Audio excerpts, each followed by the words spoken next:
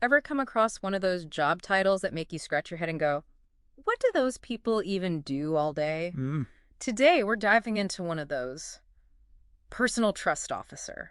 Ooh. Maybe you're thinking about a career change. Maybe you're just curious. Yeah. Either way, you're in the right place. I like it. We are going deep into some career guides from RoleCatcher.com. It's a website all about, well, navigating your career, figuring out what's out there. Nice. So think of this as, your cheat sheet for figuring out if becoming a personal trust officer lines up with what you want to do. And let me tell you, there's way more to it than you might expect. Okay, so, the heart of the job, right? A personal trust officer, they manage these things called personal trusts. Okay. Sounds kind of basic at first, right? Mhm. But imagine, you're responsible for someone's legacy, what they want to happen to their family in the future. Mm. That's the kind of weight we're talking about. Exactly. And it's a big responsibility because you have to make sure those wishes, they're actually carried out, exactly how they want it. Wow. Even after, They're gone. they're gone. Yeah. This is where things get really interesting because you're talking about estate planning, inheritances, all those tricky situations that come up with families and money. Right.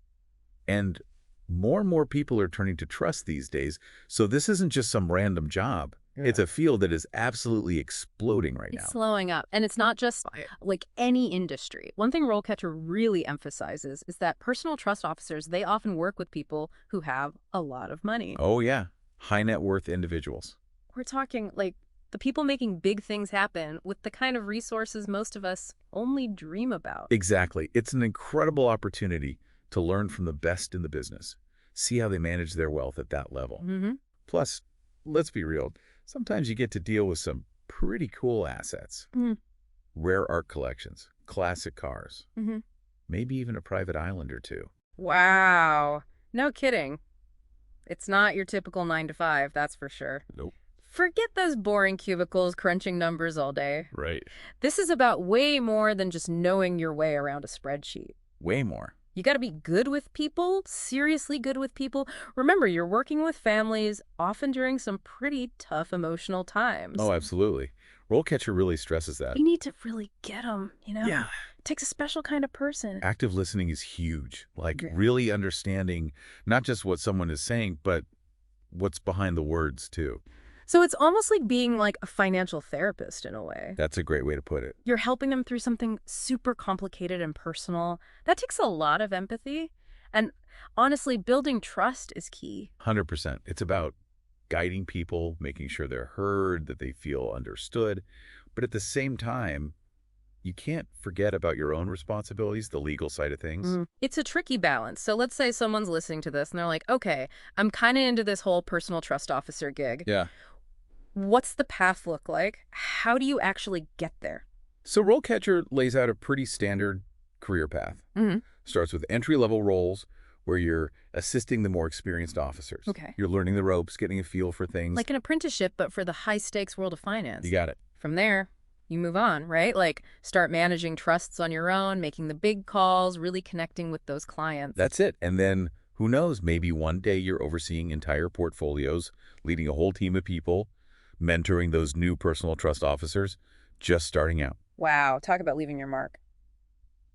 Okay, but let's get practical for a second. Yeah. What do you actually need to really knock it out of the park in this job? Well, you got to have that solid base. Education-wise, we're talking a bachelor's degree here. Finance, accounting, that kind of thing. Makes sense. Okay. Got to have that knowledge. But RoleCatcher mentioned something kind of interesting, right? What's that? It's not just about being a numbers whiz, is it? Not even close. Yeah. Got to remember, you're working with actual people. Mm-hmm. And when families and inheritances are involved, things can get, well, let's just say emotionally complicated. Oh, for sure. You have to be able to handle those situations with a lot of sensitivity. That's not something you learn from a textbook. So, you're almost a financial therapist and a numbers person rolled into one. Bingo. And that's where certifications come into play. RoleCatcher's really high on the Certified Trust and Financial Advisor designation, the CTFA. Right, I saw that. It's a big deal in this line of work. Kind of like, leveling up your skills in a video game, but in real life. Huh, exactly. Shows everyone you're serious, you've got the chops to handle anything that comes your way. It's all about showing those potential employers, hey, I'm dedicated, I'm on top of my game. Yeah. And speaking of staying ahead of the curve, RoleCatcher, they really emphasize the whole continuous learning thing. Yeah, yeah. Especially with something as crazy complicated as tax law. Ugh, tell me about it. Yeah. That stuff changes faster than I don't even know. But the point is, a good personal trust officer, they've got to be on top of all that, making sure their clients are protected no matter what. It's like being a financial detective, always searching for those clues to help your clients out. I love that. Okay, but let's get down to brass tacks here. Hmm? We talked about the skills, the education part, certifications, all that. But what does it feel like to be a personal trust officer? Like, what's a typical day even look like? All right, picture this. You walk into your office, Frank, Okay. and there's a family there. They've just lost someone they love, and they need help figuring out this whole estate thing. Whoa, that's a lot to handle. It is. So you spend the morning maybe digging into some trust documents, Yeah. making sure you understand exactly what the person wanted, every little detail. No pressure. Right. Then you're meeting with the family, answering questions, trying to make things a little less stressful for them. Mm-hmm. You might work with lawyers, accountants, even real estate agents, depending on what the trust owns. Sounds like you need to be good at, like, a million things at once. You said it. Yeah. And that's just one day. Wow. Every day is different. One day you might help someone invest their inheritance. The next you're working with a philanthropist who wants to give back to their community. So it's not just managing money, it's about helping people through some really big life changes, right? Exactly. You're helping them make decisions that could affect them for years to come. Mm-hmm. And that is what makes this job so incredibly rewarding. Yeah, that's huge. You're not just dealing with dollars and cents here. Right. It's about families, their legacies. You're helping people build their future. Well said. Okay, but let's be real for a minute. There are gotta be some downsides, right? What are some of the tougher parts of being a personal trust officer? Hmm. It's a lot of pressure, right? Like, you're dealing with people's lives in a way. What are some of the, I don't know, the not so great parts of the job? Well, you hit the nail on the head with the pressure thing. Yeah. It can be really tough emotionally. Yeah. Like you said, you're dealing with families, often when they're grieving, going through a lot. Right. You have to be very sensitive to that while also, making sure everything's done by the book. It's a balancing act for sure. Yeah, finding that middle ground. And then there's all the legal stuff, right? Keeping up with all those rules and regulations. Oh, yeah. Don't forget about that. That can't be easy. It's a lot. Tax laws, investment rules, it's constantly changing. So you really got to be a lifelong learner in this job. Absolutely.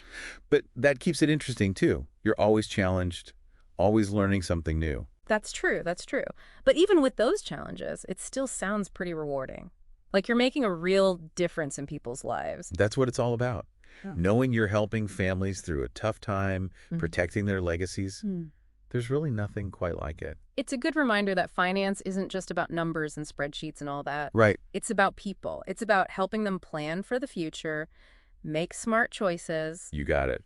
And if anyone out there is thinking, hey, this actually sounds like something I could do, Yeah. I say go for it. Do a little research, see if it's a good fit.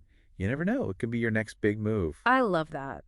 And speaking of research, our listeners are in luck. We've got links to those RoleCatcher guides we talked about in the show notes. Oh, they're great. Really helpful stuff. Totally. They've got salary info, interview tips, everything you need to know. Definitely worth checking out. It's true. Sometimes all it takes is a little curiosity to discover your next amazing career move. Couldn't said it better myself. Well, on that note, I think we've done our deep dive on personal trust officers for today. We covered a lot. For sure. Big thanks to you for breaking it all down for us. My pleasure. And to everyone listening, thanks for joining us on this deep dive. Keep exploring, keep learning, and we'll catch you next time.